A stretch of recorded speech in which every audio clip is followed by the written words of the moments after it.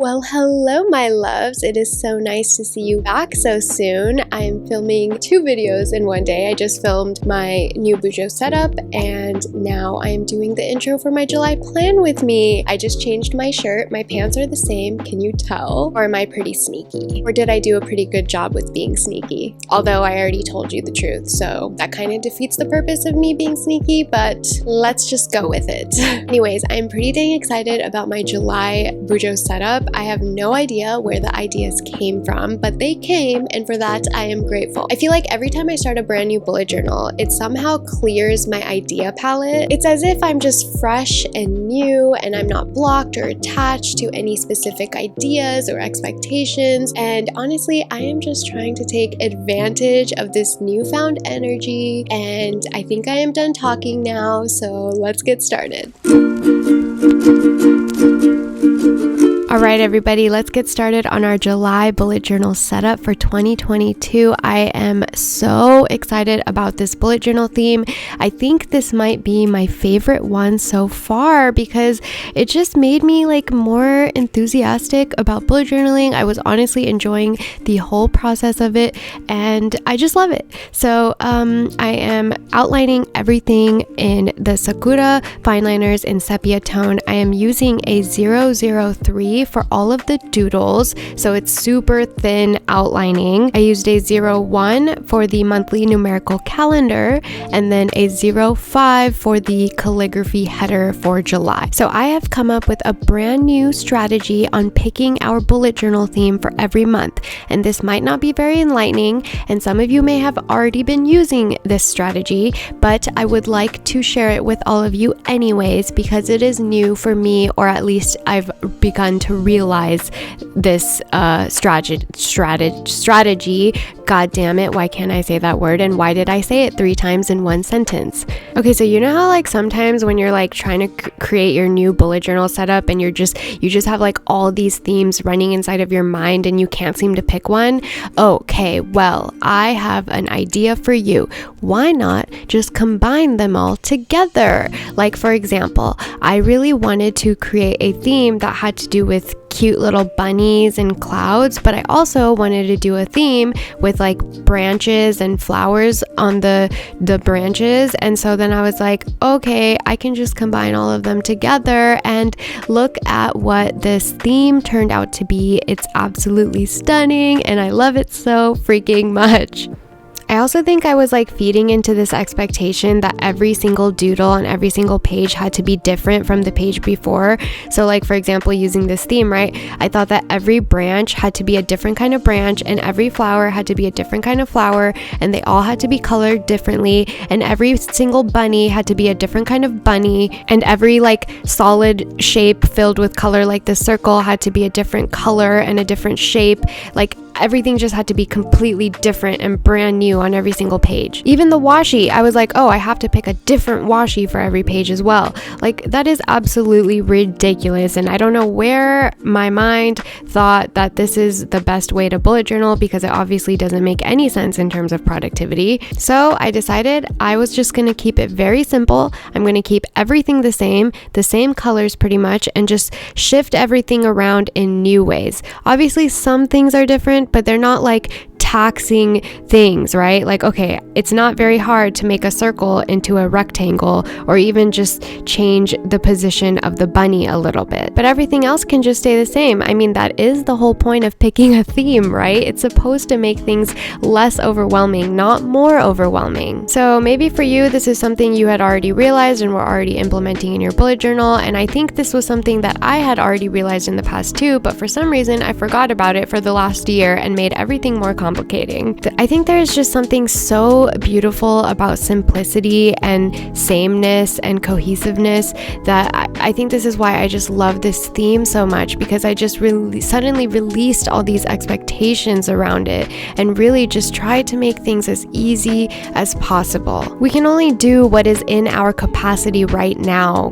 Doing and trying to force something that is beyond ourselves is really just avoiding the present moment and who we are right now. now. It's acting out of other people's expectations of ourselves rather than our own. I think especially as a content creator, you kind of end up forgetting that a lot of the times. You're constantly trying to one up your past self, but I think staying present and true to who I am is naturally gonna let growth happen. Like, I don't need to force it to happen. So I think it really comes down to staying present with our craft and knowing what our own limits and boundaries are when it comes to bullet journaling. Do that and I think we're gonna be okay. Okay, so the quote on my quote page says, "Maybe being lost is the truest and beautiful way to be found. Maybe, just maybe." And I think I forgot a most in there. I think it actually was supposed to say, "Maybe being lost is the most truest and beautiful way to be found." I screwed that up, but I did that on purpose because the most wouldn't fit and it wouldn't look aesthetic. And so forgive me for putting aesthetics above reality for 1 second. Or maybe not reality, I should actually say proper English, but who cares about proper English? It's about the point. I just love that quote so much because it's like, I don't even know if I would know who I am if I didn't know who I wasn't first. It's like when like someone walks into our life and they begin triggering us and just making us feel all annoyed, and so now we have like the answers for who we don't want to be. Like, all of it is teaching us. All of it is something we're learning from. It's not just me loving myself and that is the only version of me that is real and true, because there will be a version of me that is going to be lost or is feeling empty, who has no idea what the answers are at all. Does that mean that I'm gone? Does that mean that like I just don't exist anymore? No, of course not. So right now, if I'm feeling lost or sad or empty, it's okay. I can find myself in that lostness. And I do feel like there is this optimal amount of suffering. Like, I don't think it's necessary to add suffering on top of suffering, so feeling guilty for suffering in the first place. But I do think that words like the words that I put on my quote page help with exactly that. It helps us not feel guilty for being lost or in grief or feeling abandoned. And even going as far as saying accepting all of that as our human experience. Okay, let's move on to the monthly calendar page, because I know that I can keep going on and on and on about all the things I'm thinking about my ego and my spirituality and everything like that. So let's go, monthly calendar. And again, I just want to apologize for all the lighting changes in these videos. I do film at different times of the day, and I know I keep apologizing about this and not really fixing it, but this is the best I can do right now, so thank you so much for understanding. So I actually did my monthly calendar page a little bit differently from how I've been doing it. I added 4 squares vertically and 3 squares horizontally. Normally I just do 3 and 3, but I just thought it would be kind of fun to add like a highlighted header for each week, and I haven't colored it in yet, so you'll see what it looks like in a little bit. So the leaves on the branches are filled in with 2 different colors. There's a darker color. I'm using the green from the Tombow pack, and then the lighter color is a marker by Right Tech. It's like this lime green color, but it has like more of like a vintage feel to it. It's not very bright. It's more subtle and desaturated. I really like that tone. I always do 2 lists on my monthly calendar page, and one list is for all my content creation, and then my other list is just my to-do list. It's more administrative, and it could also have more personal tasks. The content creation list has to do with any sort of filming that I may need to do, or even designing products and things like that. So since I didn't add very many quotes in this month's theme, I actually am going to have a lot more time to talk about the colors and the numbers and all of that. So for those of you who are always asking me questions about that, this video is definitely for you. All of the flowers are colored in with a Crayola light medium almond, and every solid block of color that's in the back of every doodle is filled in with the Crayola extra light almond. It's the lightest color that Crayola had in their multicultural pack. I'm bringing back the grid for this month's theme. I added it in the monthly calendar, and I used the N89 Tombow marker to create the grid and also the highlight under the content creation list thing. And then I just used the light medium almond for the second highlighted list. Now let's move on to the July habit and mood trackers. colors. Oh, and before I start talking about that, I just want to say all the clouds and this sort of bluish, light green, grayish tone is in a Zebra mild liner, and it is the gray color. That color is my favorite color. I've used it pretty much in every single bullet journal theme that I've done since I found that color and bought it. Okay, so this habit and mood tracker layout is very similar to the one I did in February for 2022. I actually flipped through the bullet journal for the first half of the year to create my layouts for this theme. I definitely believe in reusing layouts over and over again, and if we are insistent in making it different, then there is always a way to shift the layout in slight ways to make it feel newer. So for example, the layout I did in February had squared off corners of the borders for each of the habits, and in this layout I rounded them. That is one way to make it feel a little more new. Even though I love using negative space as a addition to my artwork, I really wanted to fill this whole page up edge to edge. I really like that aesthetic sometimes.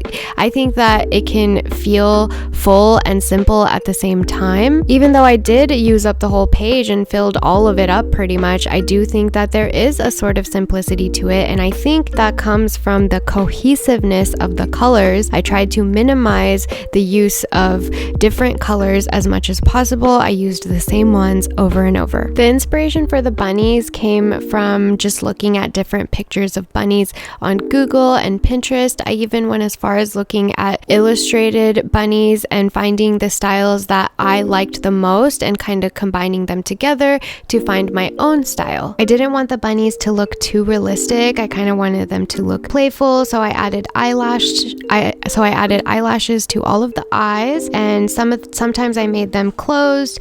Most of the time I actually closed their eyes. Other times I added just a little tiny dot to make it look like as if the bunny had open eyes. I do feel though when you keep the eyes closed, not only does it make it a lot simpler and easier to draw, but it also does make it look a little bit more childlike. I used the Tombow N89 to color in the bunny. I believe this is the lightest gray that Tombow has, and I just layered the same color over each other to add a few shadows to the bunny to just add a little bit more dimension to it. I did the same thing with the branches. I used Artist's Loft 149 Wheat to color in all the branches, and then to add shadows I just layered up this color a few times, and then I used 027 from Tombow to add just a little tiny bit of darkness in the corners where it would be the darkest part of the shadow,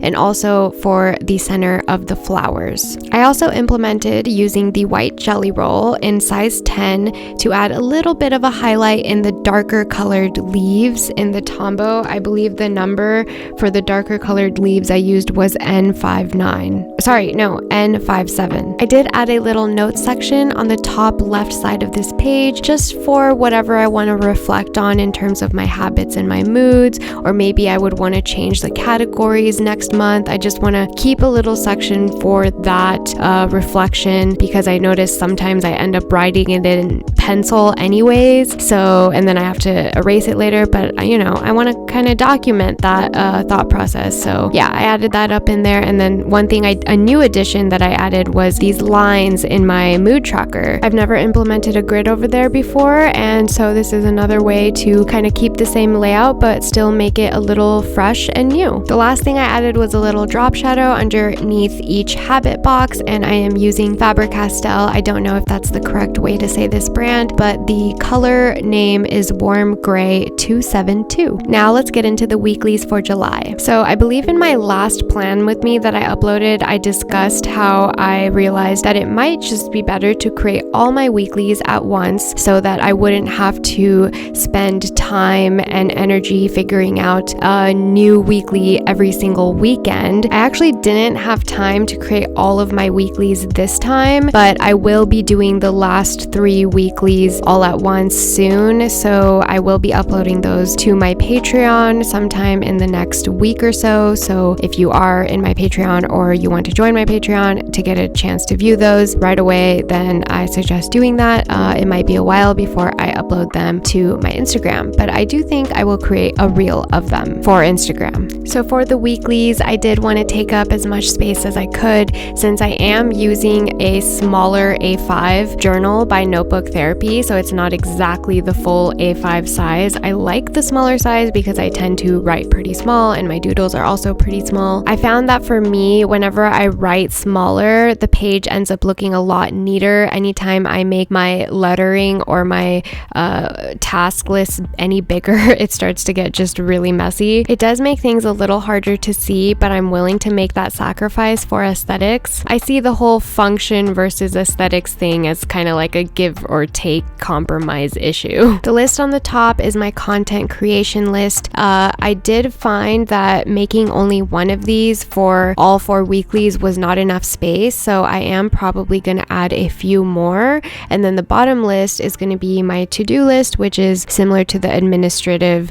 task, and basically these 2 lists are similar to the monthly calendar page, but they are more catered to the more weekly basis rather than a monthly basis. Any open space where I'm not doodling or writing anything in, I'm just filling it with washi, and then I am bringing back the grid again and putting that in every box. I just love the grid so much. It just adds so much dimension and character to my page spreads. It's definitely an easy way to add some life to your pages. I'm also going to make each of my weeklies this sort of Dutch door mini journal inside of a journal sort of thing. Like I said, I haven't created all my weeklies yet, so we are just doing the first page of this mini journal so far. I'm just using an X-Acto knife to cut out the rest of the page, and then I just use this light green washi from the washi tape shop to give the tab some color. And I will say, anytime I cut off paper from my bullet journal, for example, if I'm making a Dutch door, there's always going to be this scrap of paper I'm always going to cut off. I always end up saving it because it comes in handy for my swatches or anything I want to test out before actually drawing it into my bullet journal. And then I just end up saving them and putting them in the back of whatever journal I am currently using at the moment. Now we're finishing up the rest of this setup by adding some tabs on the edges of each page. I mentioned in my last video, the only tab that is going to be different is the intro tab. So the intro tab is going to have a beige washi, and then the rest of the tab is going to have this white daisy washi on it that I designed myself, and it is not available yet for purchase, but hopefully it will be soon. There are about 4 tabs in total, and that's it for the setup. Let's get to the flip through. So like I mentioned earlier, this is definitely one of my favorite themes I've done so far. I think the biggest takeaway from this bullet journal theme was definitely making things a lot more simple, staying within my own limits and boundaries and capacity of what I can actually put on paper and create. It's almost as if like I'm relearning how to bullet journal for myself again, and I have to say it's been a nice surprise. Yay, you made it. Yay, you made it.